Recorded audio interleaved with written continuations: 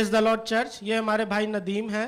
इनका कहना ऐसे है कि इनके एंकल में बहुत ज़्यादा दर्द था, तो जिसकी वजह से ये 2 दिन चल भी नहीं पा रहे थे और 2 दिन इनने अपनी ड्यूटी से ऑफ भी किया, लेकिन खुदा के खादमों के दुआ कराने के वसीला से खुदावन ने इनको शिफा दी। आमीन।